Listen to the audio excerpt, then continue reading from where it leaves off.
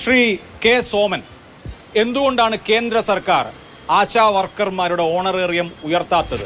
നോക്കൂ, വളരെ തുച്ഛമായ തുകയാണ് ആശാ വർക്കർമാർക്ക് കൊടുക്കുന്നത്. നമ്മുടെ സംസ്ഥാനത്ത് മറ്റ് സംസ്ഥാനങ്ങളുമായി താരതമ്യം ചെയ്താൽ ഒരല്പം ആശ്വാസമുണ്ട്. പക്ഷേ നമുക്കറിയാം, ഒരു മനുഷ്യൻ്റെ ദൈനംദിന ചെലവിന് ഉതകുന്ന തരത്തിലുള്ള പണമല്ല അത് എന്ന്.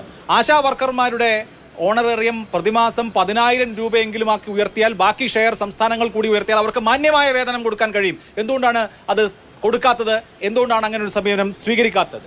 കുറച്ച് ദിവസമായി നമ്മൾ ചർച്ച ചെയ്യുന്ന ഒരു വിഷയമാണ് ആശാ വർക്കറുടെ പ്രക്ഷോഭവുമായി ബന്ധപ്പെട്ട്. ഞാൻ ഈ സന്ദർഭത്തിൽ നമ്മുടെ സംസ്ഥാന ധനകാര്യമന്ത്രി ഈ മാസം 7-ാം തീയതി അവതരിപ്പിച്ച ബഡ്ജറ്റിൻ്റെ പ്രസംഗം തുടങ്ങുന്നത് എങ്ങനെയായിരുന്നു? ഒരു സന്തോഷ വാർത്ത നമ്മുടെ നാടിനെ അറിയിക്കാനുണ്ട് എന്ന് പറഞ്ഞിട്ടാണ് ബഹുമാനപ്പെട്ട ധനകാര്യമന്ത്രി ബഡ്ജറ്റ് പ്രസംഗം ആരംഭിക്കുന്നത്. എന്തായിരുന്നു ആ സന്തോഷ വാർത്ത? നമ്മുടെ സംസ്ഥാനം കഴിഞ്ഞ നാളുകളിൽ അനുഭവിച്ചിരുന്ന ധനഞെരുക്കത്തിൽ നിന്ന് നമ്മുടെ സംസ്ഥാനം മോചിതമായിരിക്കുന്നു. രൂക്ഷമായ സാമ്പത്തിക പ്രതിസന്ധിയുടെ ഞെരുക്കത്തിൽ നിന്ന് നമ്മുടെ സംസ്ഥാനം മോചിതമായി എന്ന സന്തോഷ വാർത്ത നമ്മുടെ സംസ്ഥാനത്തെ ബഡ്ജറ്റ് പ്രസംഗത്തിൽ കേരളത്തിലെ ജനതയെ അറിയിച്ച ധനകാര്യമന്ത്രി ഈ സമരത്തോട് സ്വീകരിക്കുന്ന സമീപനം എന്താണ്? വളരെ പുച്ഛത്തോടെ, ഏറെ അവജ്ഞയോടെ, ഒരു പരിഷ്കൃത സമൂഹത്തിന് ചിന്തിക്കാൻ സാധിക്കാത്ത തരത്തിലുള്ള പ്രതികരണമാണ് സംസ്ഥാന ധനകാര്യമന്ത്രിയുടെയും സംസ്ഥാന ആരോഗ്യമന്ത്രിയുടെയും CITU നേതാക്കന്മാരുടെയും ഭാഗത്തു നിന്ന് ഈ സമരത്തിനെതിരായി വരുന്നത്.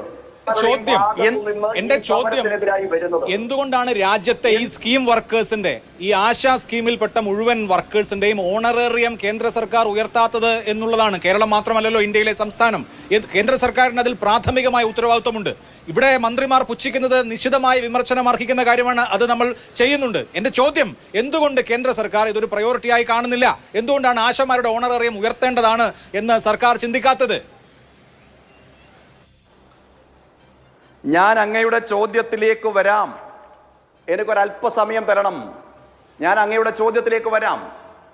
ഇവിടെ ആശാ വർക്കറുടെ സംഘടനകളുടെ നേതാക്കന്മാർ ഇപ്പോൾ പറഞ്ഞ് അവസാനിപ്പിച്ചത് എന്താണ്?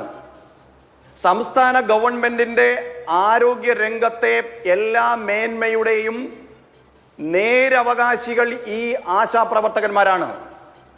സംസ്ഥാനം ഇന്ന് ആരോഗ്യ രംഗത്ത് നേടിയിട്ടുള്ള എല്ലാ പുരോഗതിയുടെയും നേരവകാശികൾ ഈ ആശാപ്രവർത്തകന്മാരാണ്.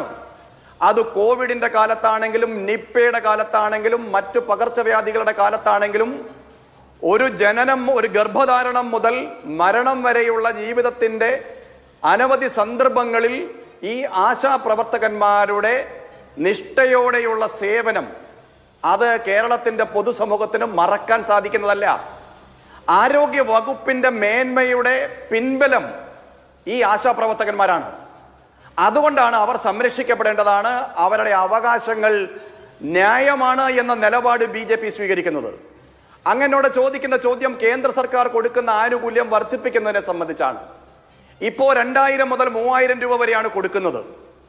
അത് ഉയർത്തുന്നതിനെ സംബന്ധിച്ച് സമരങ്ങൾക്കപ്പുറത്തേക്ക് ഏതെങ്കിലും ഒരു ചർച്ചയ്ക്ക് വേണ്ടിയിട്ട് ലക്ഷക്കണക്കിന് രൂപ ആനുകൂല്യം വാങ്ങിക്കൊണ്ട് ഒരാളെ ഡൽഹിയിൽ കുടിയിരുത്തിയിട്ടുണ്ടല്ലോ ഈ സംസ്ഥാന ഗവൺമെന്റ്. ഇവിടെ PSC മെമ്പർമാർക്ക് ശമ്പളം വർദ്ധിപ്പിച്ചു കൊടുക്കുന്നു. CPIയുടെ നേതാവ് ബഹുമാനപ്പെട്ട ശ്രീ ദിവാകരൻ പറയുന്നു, രാജ്യവ്യാപകമായ സ്കീമല്ലേ? KV തോമസ് ചർച്ച നടത്തിയിട്ട് വേണ്ട ആനുകൂല്യം വർദ്ധിപ്പിക്കാൻ. ഞാൻ അങ്ങയിലേക്ക് വരാം.